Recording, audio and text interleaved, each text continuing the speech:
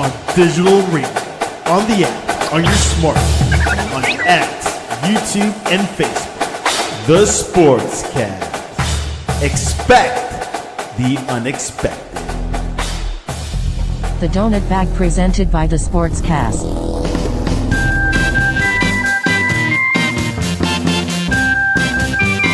The Donut Bag, hosted by Joey Bag of Donuts. And here's your host, Joey Bag of Donuts.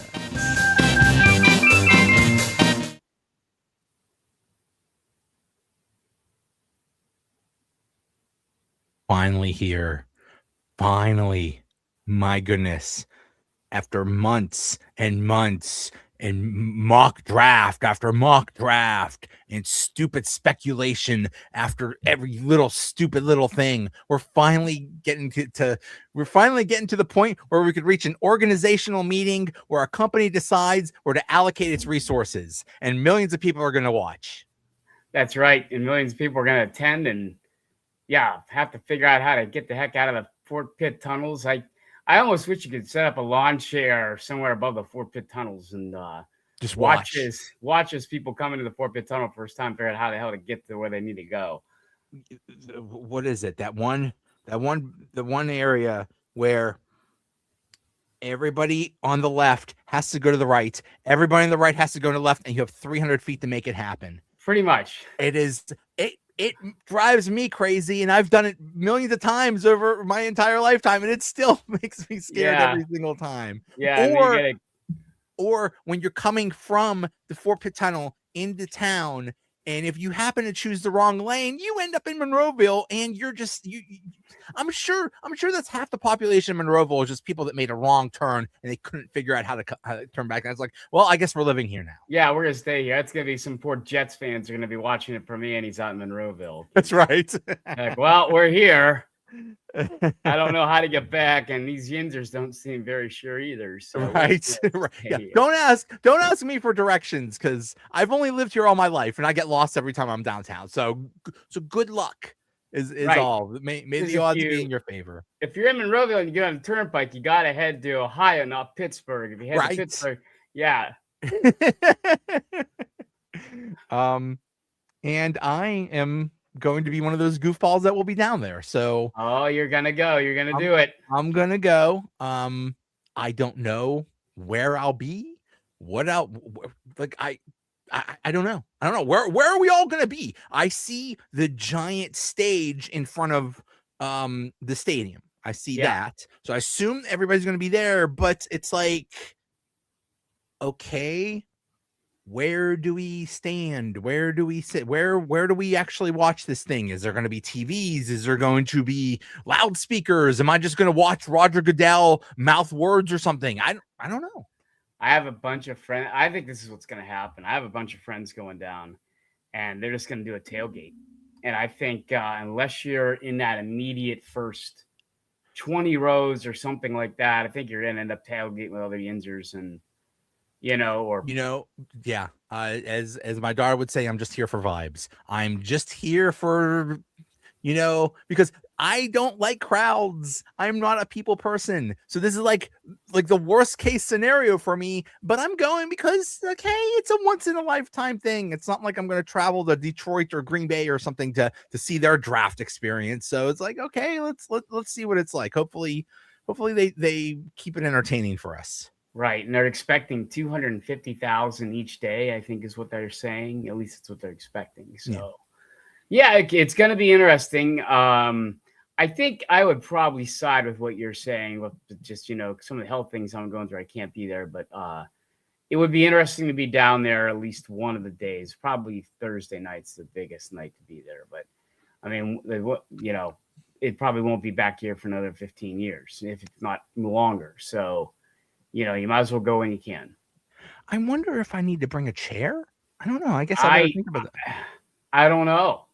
I don't know. They have not done a very good job of telling you like what you can bring, what's outlawed, stuff like that. Like when we have like 4th of July, KDKA and WTA, and they all telling you, okay, you can take this kind of cooler, this size, this down to the point or whatever. They haven't said like jack squat about what you can take and what you can't take. Right.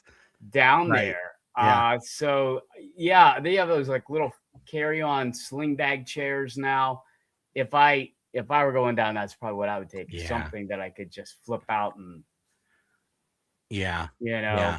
And then, like, I think the weather is supposed to be okay, but currently it's 41 freaking degrees. So I'm hoping not to freeze for 12 hours or whatever long I Right. have to be down there. So Right. Yeah. we'll see. We'll see. It's going to be. I did And- like that the city decided to, as we say, red up.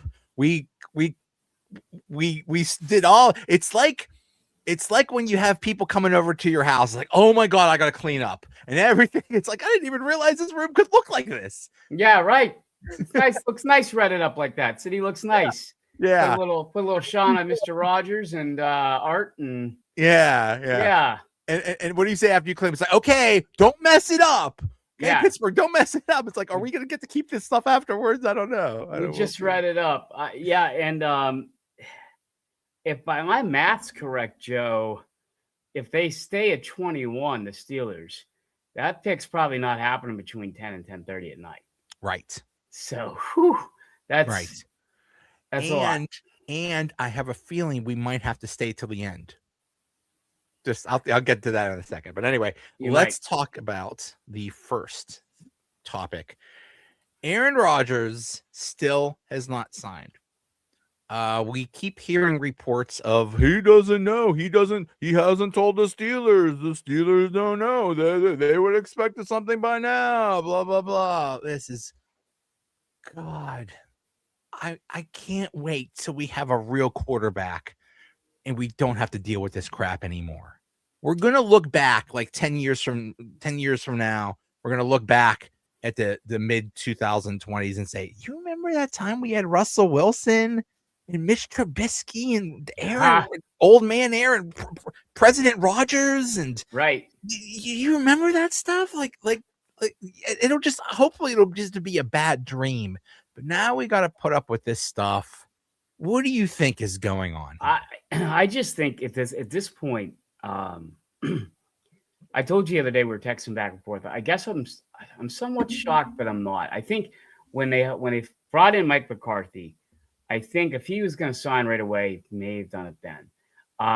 So to keep this a G-rated program, he's got the Steelers by the jockstrap, and he doesn't have to sign. He's not obligated to sign. He can sign whatever he wants. I think he'd be doing due diligence if he was told him by now.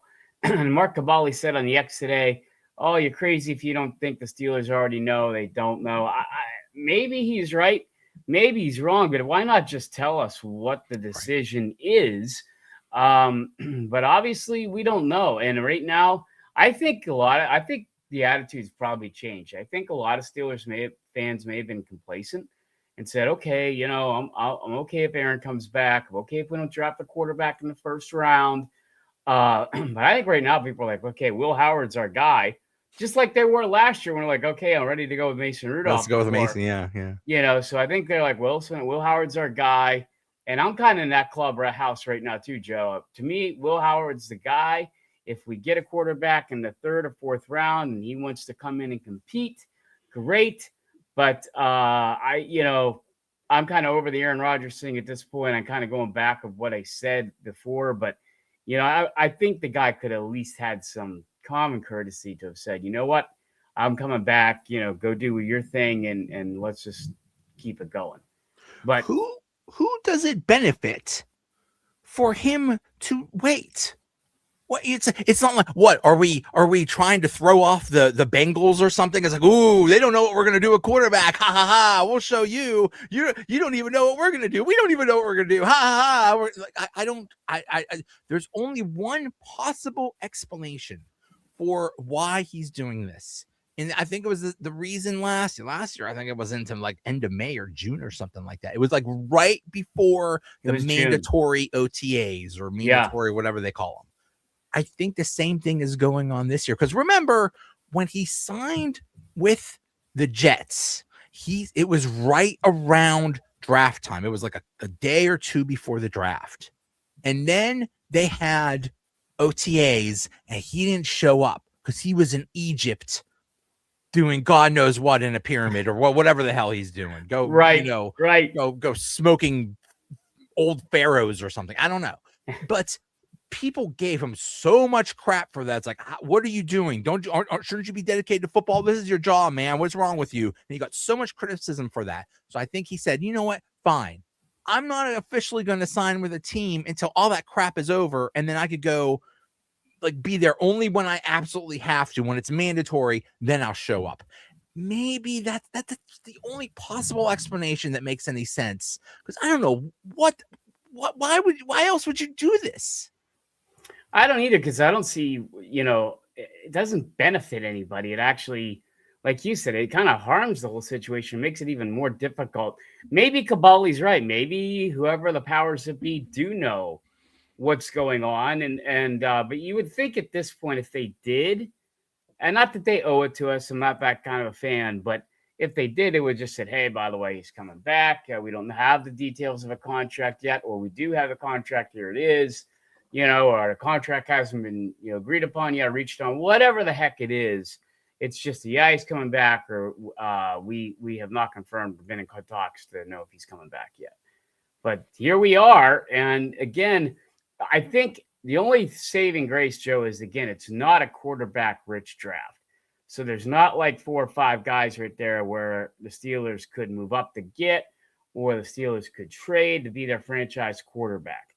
I don't think that there. I think the Steelers are going to concentrate their efforts elsewhere anyway on Thursday, and of course the preceding, or the Friday and Saturday.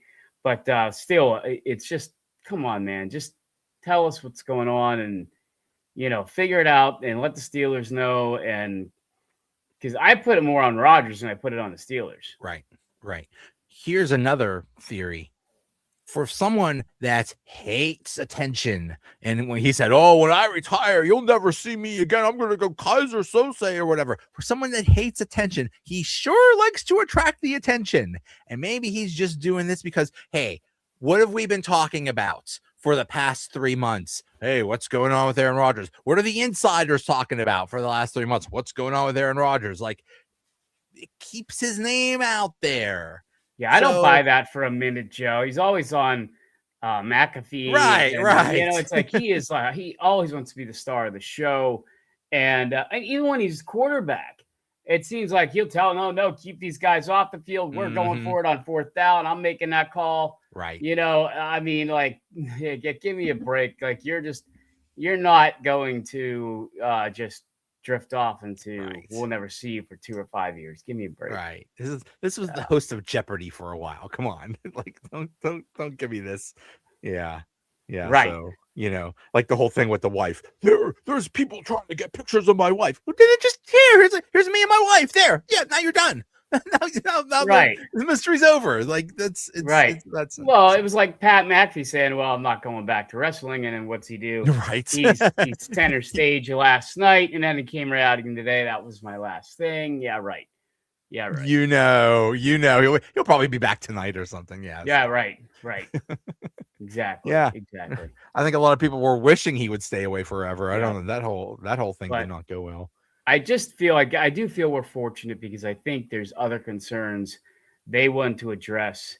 I think they're smart and they realize, hey, if we're going to grab another quarterback, which they do need to grab a quarterback, they need to either bring one in through free agency with what's ever left, or they need to go and draft one in the middle rounds. But at least it's not the first round. No, this is not. That plan unfortunately went to crap. That it's like, okay, we have the draft in Pittsburgh. We're going to announce our big quarterback. And that plan fell through. So we'll see about that. But yeah, so then it's the draft where, so it's in theory, it's the draft before the big draft of next year when we draft our big quarterback and we all live happily ever after. So in that case, we got to continue to build a team. Okay. Right. So what do you think they'll do in the first round? Boy, that's a great question. There's a lot of options out there. I think they might go guard. I really do. I think they're going to go guard, or I think that they are either going to go wide receiver. And I really think they really, really like the guard out of Penn State. And that's going to be funny if they draft him, because it's going to take media and Yinzers about a half a year, if not longer, to get his name right. His last name's Ioane, so it's not too bad. Ioane. His But it's spelled like Ione or something like that, right? It is. There's an L there, and it's Ioane. His first name is Olaivan Vague. So it's like, let's just call him Ani Ioane, and I think I heard Venga. Yeah, Venga is the last round. It's Olaive Venga. We're screwed. You know who should announce the pick? Chris Fuamatu-Ma'afala. That's who should announce if that guy gets. Could you imagine if Myron was still alive? Good God. He'd stick with the Vay and with the Venga. Yeah. That's what he'd be. They keep playing the clip of the guy's name was. The last name was Fakir or something like that, and Meyer just could not. He just kept. It sounded like he kept just dropping f bombs. Like he just could not figure it out. So right. But okay, well, I mean, obviously, you know Penn State very well. If they did get that guy in the first round, I mean, I've heard him compared to like it would be like the equivalent of them getting Alan Faneca.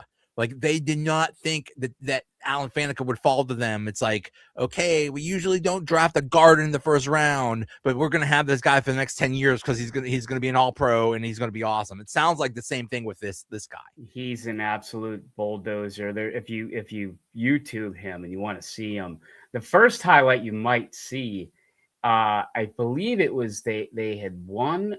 I think it was after the Michigan State game. And this Michigan State field attendant was having a hard time pushing this equipment thing.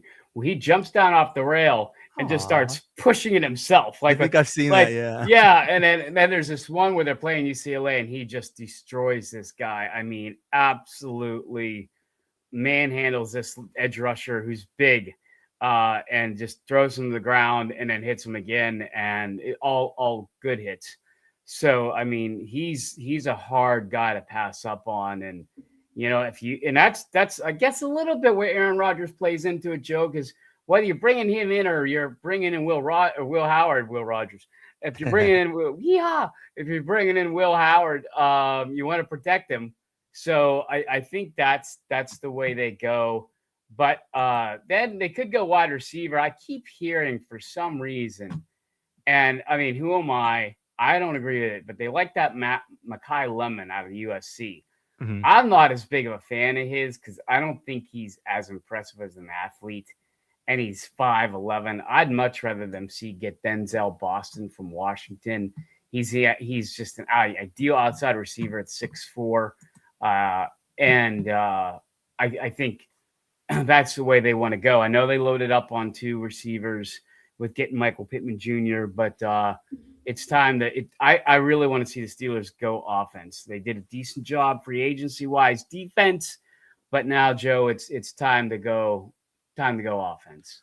Well, they might have to go offensive line, but maybe not guard, because we're getting news that Broderick Jones suffered some kind of setback in his neck injury, and the way they're talking, it sounds like career threatening kind of stuff. You don't mess with the neck. No, you don't. Not in that position. Yeah. So they might, and now as crazy as it sounds, they drafted him a few years ago. Then they drafted Fautanu. Now we're going again with another tackle. What are we doing? Just drafting offensive tackles every year? But it kind of sounds like they might need to, because even if Jones is healthy, I don't know if he's done enough to earn a second contract. So it sounds like if he has to have, I guess, the procedure that they think he may have to have, or the recovery time, just like you and I were kind of talking about some of my stuff earlier before we went on air. is he probably would miss most of camp, you know, and it's just that was the problem I think with him from the beginning, Joe, is he missed so much of camp, and he's a young guy. Well, guess what? I know you may have played, you barely played a year in college. You had 1 year of college at Georgia, and guess what? You're the kind of guy, Broderick Jones, that needs a professional Steelers training camp, and you benefit from that. And when you don't get to do it or don't do it, that hurts you bad. And that, I think the Steelers got to think about that. But then again, I will say if there's something that keeps me less nervous, Joe, is that they have 12 picks and they can easily get a decent offensive tackle in the middle rounds with one of those picks. So I'm not ready to say, oh no, but you know, it's like you said, with that kind of injury, Joe, you can't have a 300-pound defensive lineman slamming into you for the rest of your 9 years. Right. And I've heard, just yeah. And then there is another tackle. I forget which one it is. I think he's from Alabama or something like that. It's basically Broderick Jones 2.0. It's like, well, he didn't play a lot, but he has a lot of good traits and stuff. I was like, really? We're doing this again? Here's a crazy idea. Why don't you draft an offensive tackle that actually had some experience so we know what we're getting? Like Fautanu. Fautanu worked out fine. Right. That's Kevin Proctor. You're thinking of Kevin Proctor. Yeah. Okay, he's and again, it's kind of like he's one of these guys he's so huge. He's got a huge wingspan. He's quick off the line. He's got everything you want it to be. But again, like you're right. I think now a guy like Ioane, what makes him attractive out of Penn State, I'm not saying it because I went there and I'm a Penn Stater, is he decided to stay his senior year. You know, I mean, hey, he's got 4 good years in. I would much rather go for that guy. I mean, hell, half of these quarterbacks are sticking for 7 years. Why don't you find a guard or a tackle to decide to want to stay for an extra couple of years? You know, why go for these guys who've only been there for a year and, you know, learn from your mistakes, for God's sakes? Because I think it's safe to say, and I wish him well. And if it's career ending, I feel bad for the guy. I'm sorry for him in a way, but Broderick Jones has been to this point a disappointment. I was going to say, at this point, I mean, if it doesn't work out, you basically have to consider that a bust, and another first-round bust, which we're all too familiar with because most of the first-round picks we've had for like the last 15 years have been busts. Oh, yeah. Well, didn't we text back and forth sometime a couple of weeks ago where I don't think there's anybody left from the 22 draft. Right. There's nobody draft, left. Yep. They're all gone. And I think there's only 2 Steelers in the Kevin era that have signed extended contracts. One is Watt. Yeah. And that's the only thing I can't think of who the other one is. But yeah, I mean, my God. Yeah. Yeah. Terrible drafting. And when you have terrible drafting, you just screwed. So yeah, could be tackle.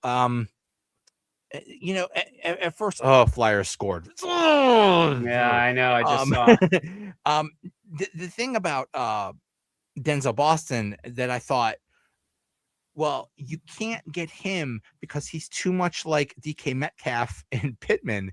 But then, who cares? Yeah. You think DK Metcalf and Pittman are going to be here forever? They're already near 30. They're only got a few years left. So you get somebody like him, and then when they're gone, this guy could take over.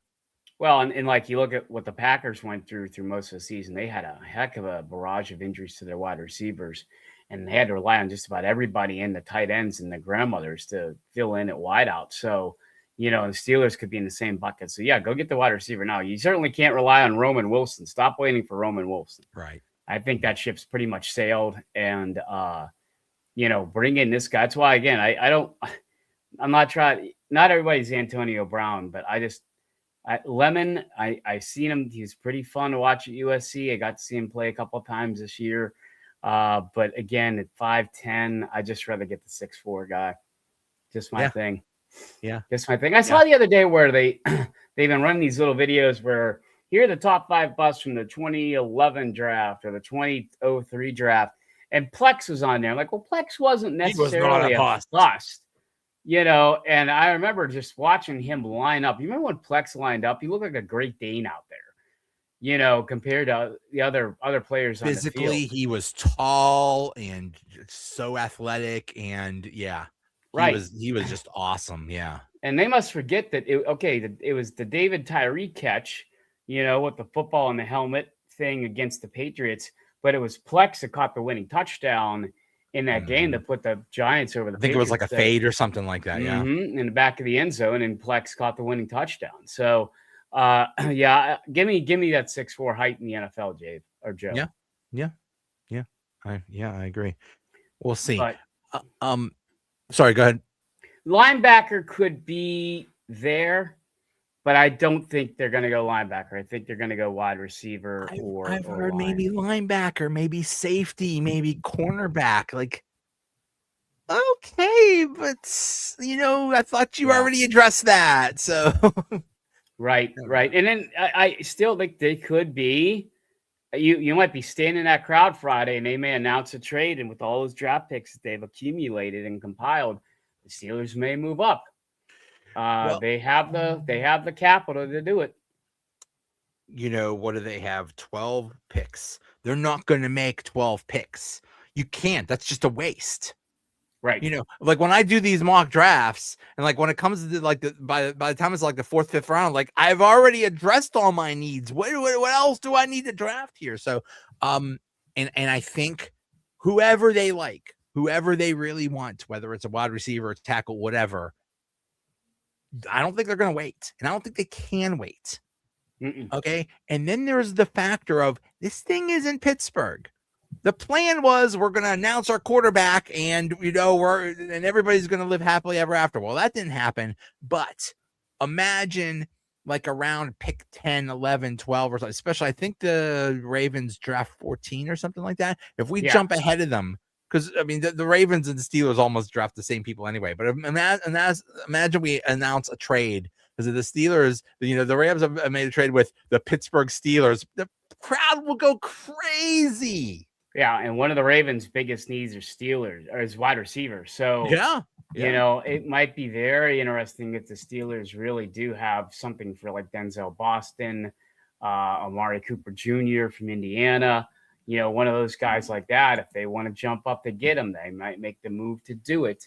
And but I think that's, and you do have Mike McCarthy at the helm now, Joe.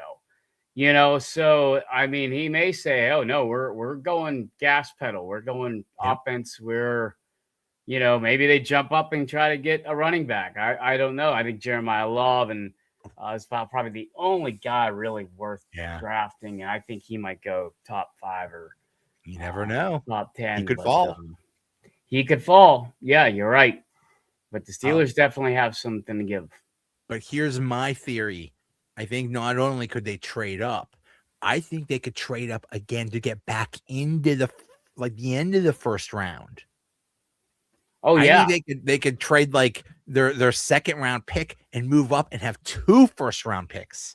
So if I'm standing there and think, oh, they've made their pick, I could go home now. No, I gotta wait till the freaking end, another couple hours, to see if they're going to move up into the first round. Yeah, no, that's a distinct possibility. They may have pick 21 and pick 26 or something like that. Yeah.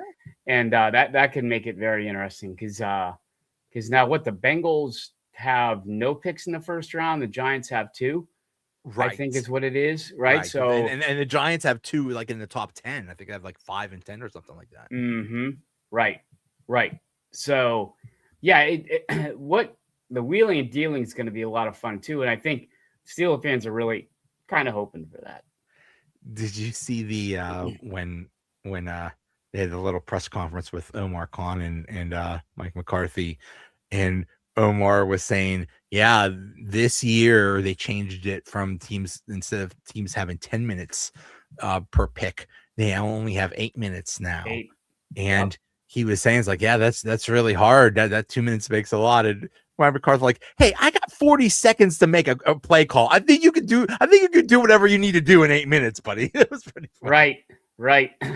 Well, but it was funny. You and I were talking about fantasy football drafts, and like I guess sometimes, we try to keep a timer. We keep a timer on hand on our thing, but you are sitting there like, Oh yeah. and but I think that I think they I think they probably have a pretty good idea of what they want to do. But sitting at 21, you kind of have to sit there and think, okay, watch what happens in front of us. What's going to open up? Who could fall to us? Or like you said, is there a guy that they're like, we really, really want this guy? What is it going to take to move up to get him? Yeah. So that's the two, kind of concepts you have right there. Sit and wait. We're okay at 21. Well, I picked there's three. Let's trade up to get our guy, or like you said, let's see if we can trade to get into one of the later rounds, like pick 25 or 28 or something like that. Yeah. Yeah. It's going to be fascinating. And just and like the thing about Omar Khan, which I have no idea how he does this, but like his draft history has shown he basically just sits, for the most part, he basically just sits there and just waits for the draft to come to him, and that would drive me crazy. Like the year they got, what was it, a couple years ago, they got Zach Frazier in the second round. Like that would drive me insane because they desperately needed a center too. And it's like, are you sure he's going to fall to you, man? It's like, I know. I would not have that patience.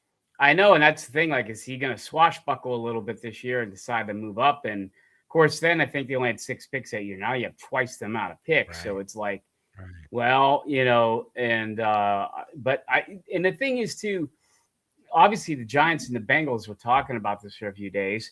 Are they talking right now to somebody? Have they not talked to somebody? Is that something you do? Crap, the Flyers just scored again. Is that something that you do draft night? I've always said I'd love to be a fly on the wall during draft night, just to be in the room, see what's being said, see how they do it, see what they do. What are the phone calls like? What are the conversations like? I would love to see that. Sometimes they do that. Sometimes they have like cameras in the war rooms and stuff, and you hear what's going on, which is fascinating. I mean, yeah. I know you take fantasy football pretty seriously. I take it. This is our little rinky-dink fantasy football teams that we're messing with. These people, these are billion-dollar corporations. Your entire your livelihood and your team depends on what you pick and what trades you make and stuff. So I can't imagine the pressure that's going on there. Right, $1 million contracts and everything else. So I don't know, and I do have a feeling that I trust Mike McCarthy to make a good pick if they do decide to go talent, like wide receiver, something like that, running back, whatever. I just feel like he has a better judge of character with that. So we'll have to see if he goes upon that. Or, they may have pressed on those doctors too, Joe. Hey, how serious is Broderick Jones? What's it looking like? And that may, again, force them to use a pick they may have wanted to trade later. Right. We'll see. It's going to be fascinating, but what's that saying? It's like, don't listen to what people say or whatever. See this, their actions speak louder. So yeah, we'll know. If they draft a tackle, that means Broderick Jones, you're not long for this world, buddy. You're not long for the football world. So yeah. But if they draft a wide receiver first, then maybe he'll be okay.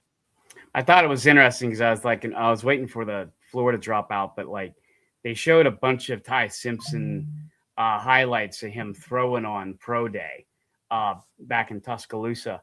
And for whatever reason, the Steelers offensive coordinator was right in film with it the whole time. You could clearly see the yellow Steelers hat. And yeah, a lot of Steelers like that. But then if you zoom out, well, there's 25 other, guys, but like the entire rest of the league is also there. Is there, but this guy happened to be right there, right behind him. And I don't think they'd go for him at 21, Joe. I think that guy will be there, but I just don't think so. Not when they could like get a Drew Aller or somebody like that in the 3rd or 4th round, I think, and try to do something with him. What do you think of Drew Aller? Do you think he's someone that should be drafted?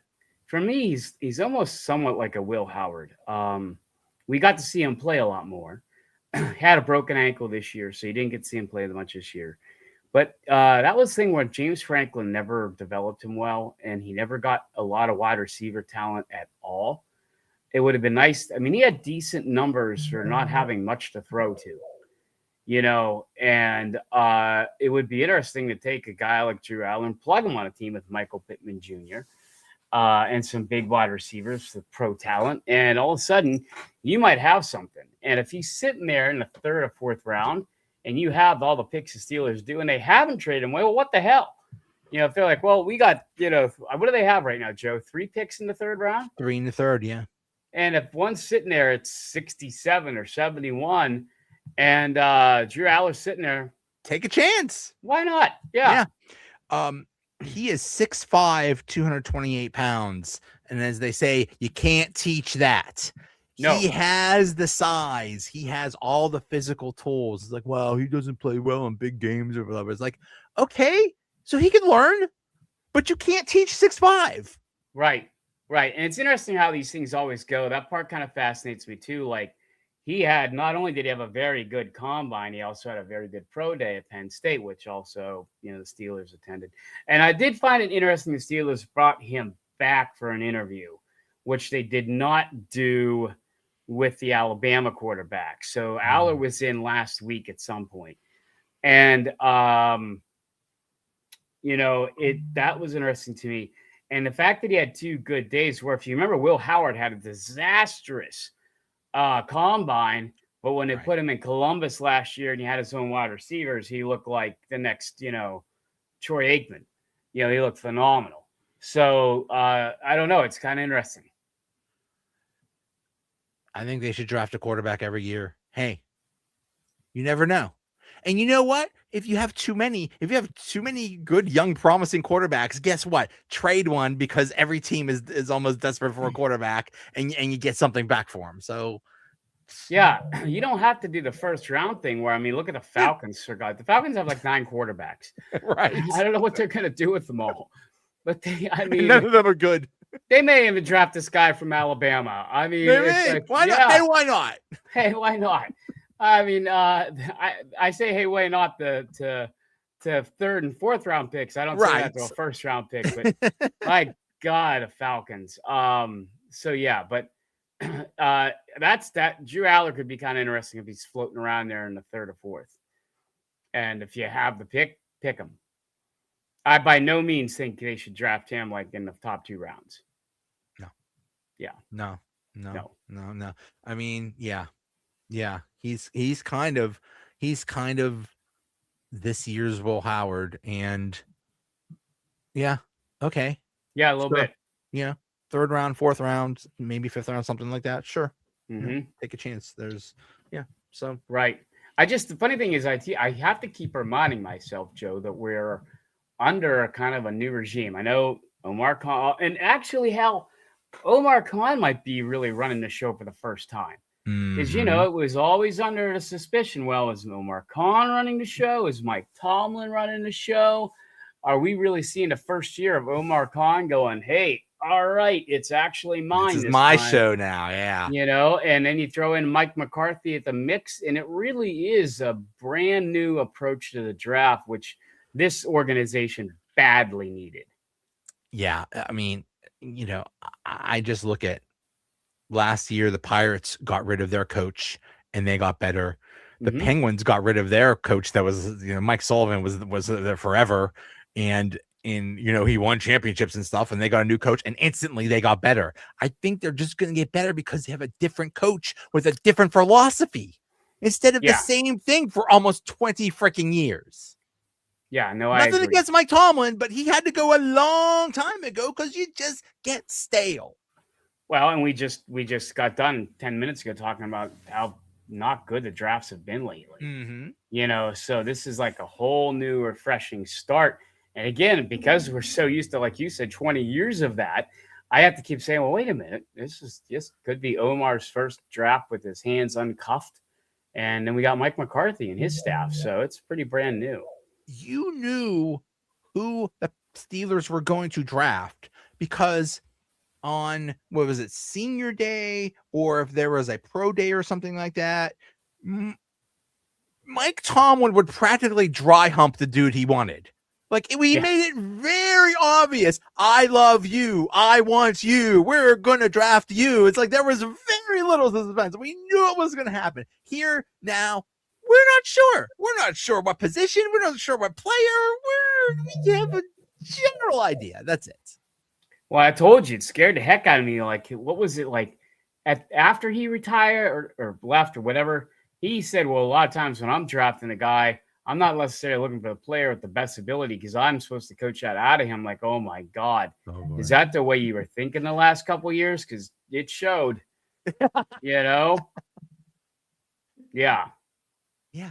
It's going to be different. And, you know, you hear things like, it's like, oh, Tomlin masked a lot of problems. You wait to see when he's gone. Oh, it's going to fall apart. I don't know about that.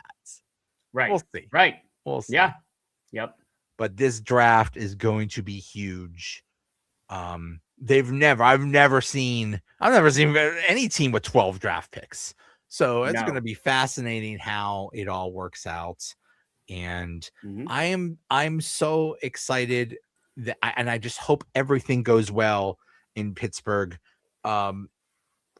Everybody in Pittsburgh has been saying almost the same thing for like the last few months now. How the hell is this going to work? Because, you know, you hear that number 700,000 and you think, oh my God, how are we going to get 700,000 people? And like you said, it's like 200,000 a day. That's like the St. Patrick's Day parade. That's like when the Penguins win the cup and they have a parade, or you know, Picklesburg or something like that. It's like, it's not that bad. No, we can barely handle Picklesburg, or we can handle.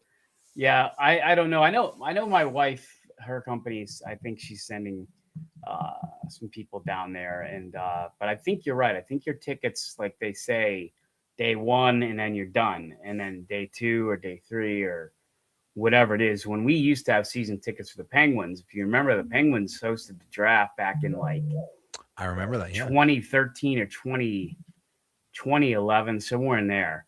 And our tickets would say which day they were good for, you know, and you could only go that day. You couldn't go another day, even if you were a season ticket holder. Oh, wow. So yeah, I think you'll see whatever it is, and Pittsburgh can handle 250,000 on Thursday night. Yeah. Yeah. And hopefully it goes well, and you know, Pittsburgh looks good, and Yinzers behave. Offer up, you know, some pierogies. Listen, if someone takes your parking chair, they don't know, okay? They think it's just a chair that just happened to be on the street. They didn't know that it was reserving a parking spot. So don't get too mad about it, all right? Right. Yeah. That parking chair definitely means something. Don't touch it. Don't touch this parking chair. No. I just remember a few months ago with the snowstorms, and people were like, I shoveled this spot. I put a chair there. Therefore, it is my spot. I did the work. And there was lots of fights about that. Like, it is a public street. What are you talking about? It's like, okay, but you put in the work. You shovel 2 feet of snow. You deserve something. Where I've been down there, even for a Pirates game, where like somebody will put the fold out lawn chairs in a spot. And that means that's there waiting for their friend to get there to tailgate with them. Right. And if you try to pull your car in there, you're going to have a bunch of angry Yinzer tailgaters saying, no, whoa. And, you know, it's just... That's a best case scenario. Your car is getting keyed, your tires getting slashed, or they might try to fight you. But it is so frustrating when you're driving around looking for a space, like, there's a space. No, there's not, because there's a chair there. Like, really? A chair? But yeah, you have to honor the chair. You have to honor the parking chair. Honor the chair.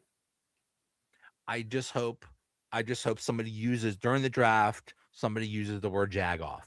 I think that needs to be support.